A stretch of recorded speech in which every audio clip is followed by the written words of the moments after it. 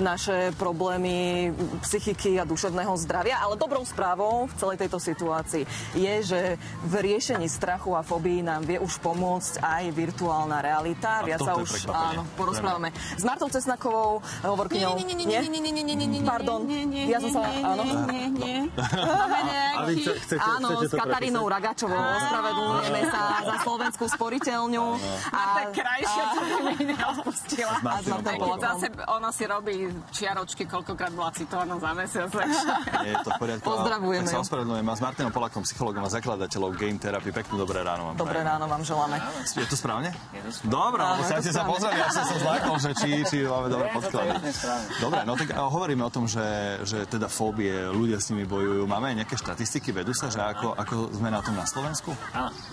Aj keď samozrejme je to trošku zložitejšie zodpovedať aktuálne štatistiky, pretože ten posledný relevantný vedecký výskum, ten je z roku 2006, čo tedy uplynulo 17 rokov. A musíme zohnať ešte mikrofón. Ďalšia vec. Malá pauzička. Hej? Aha. Dobre, ja len zohniem. Počujeme, ale Matúš ešte predsa len zbehne, takže môžeme pokračovať. Áno. Tak, nech sa páči. Že ten posledný výskum relevantný vedecký v slovenskej populácii, ktorý sa zameral na výskyt fóbie z roku 2006, to je zhruba 17 rokov dozadu. A v každom prípade slovenskí kolegovia zistili, že výskyt špecifických fóbií, to sú fóbie, ktoré sa týkajú nejakého konkrétneho objektu alebo konkrétnej situácie, tak je veľmi vysoký. Skoro každý druhý Slovák trpí špecifickou fóbiou.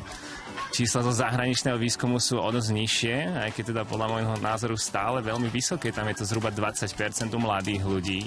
A v populácii dospelých a v ďalších vekových kategóriách je to možno ešte o polovicu menej, čiže 10%. Pričom platí, že tie najčastejšie fóbie sú napríklad z lietania alebo z výšok, taktiež nadmerný vzťah z uzavretých priestorov, ten poznáme pod pojmom klaustrofóbia, alebo naopak s ľuďmi preplnených priestorov, to je napríklad agorafóbia.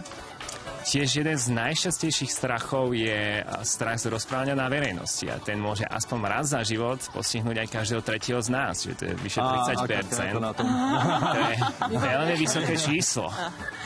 Mnohí sa možno boja priznať strach alebo fóbiu. Prečo je dôležité, aby ľudia začali riešiť tieto problémy?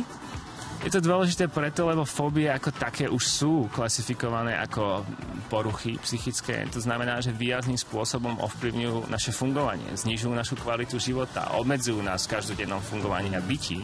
To znamená, že nejakým spôsobom trpíme. Aj Katka sa nádychuje, takže áno. Ja mám ten mikrofón a u mňa stíhali. A preto sme sa vlastne aj my u nás v banke rozhodli podporiť túto inováciu.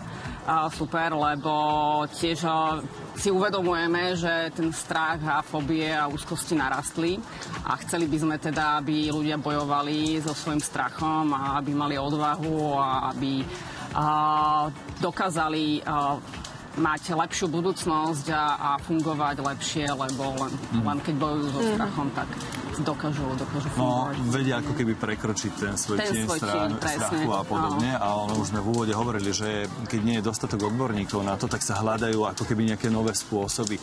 A aj tá virtuálna realita, je to nejaký nový spôsob? Ako to môžeme chápať? Ako to vlastne funguje? Ako sa to dá prepojiť? Určite áno. Je to nový spôsob, ako bojovať proti nadmerným strachom, fóbiám. Konkrétne naše riešenie je aplikácia Fear Therapy, ktorá stojí na výskume, najnovšom vedeckom výskume práve z oblasti využitia virtuálnej reality v liečbe fóbií. A je založená, povedal by som, na také ľudovej múdrosti, ktorú myslím všetci poznáme, a ktorá znie, že keď má z niečoho strach, tak sa mu postav čelom. Hej. A táto ľudová múdrosť je vlastne aj v terapeutickej praxi zhmotnená do terapie, ktorú poznáme pod názvom expozičná terapia. No a na to, aby si mohli záujemcovia vyskúšať túto našu aplikáciu, tak potrebujú buď takýto headset virtuálnej reality, môže vyzerať to už vyzerá tak akože vážny. Je už taký vážny, alebo úplne kľudne stačí aj takáto kartónová škatulka, Cardboard VR headset.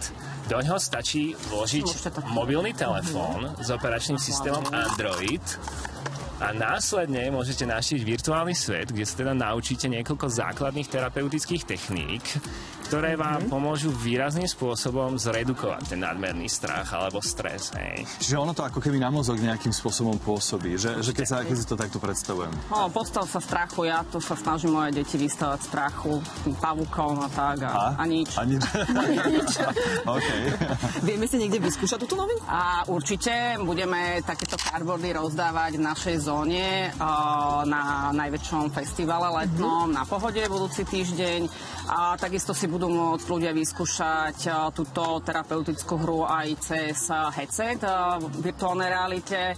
A keď si zoberú ten cardboard alebo niekde si ho kúpia alebo majú takýto headset, tak si budú môcť vyskúšať aj kedykoľvek, kdekoľvek budú aj mimo Pohody. Keď si na stránke www.slsp.sk/peertherapy načítajú túto hru, tak si to budú môcť vyskúšať. Užitočné informácie. Ďakujeme veľmi pekne za ne, že ste nám ich prišli predstaviť do Telerána, lebo aj toto je jedna z teda možností, ako bojovať so strachom a s fóbiami. A to si aj necháme. Ďakujeme. Ďakujeme veľmi pekne. Ale musíme sa aj zvenovať aj Gabike Boltlíkovej, pretože je spolu s nami v kuchyni. Gabi, ahoj, dobré ráno. Dobré ráno ti želáme. Dnes ráno si sa rozhodla pripravovať zdravé dobroty pre detičky, alternatívne, možno aj také desiaté alebo sneky na výlety, kúpaliska a podobne. Vidím, že robíš špeciálne mafiny a naplňaš ich nejakou ponkou. Rozoberme si ich, lebo ty si mi hovorila,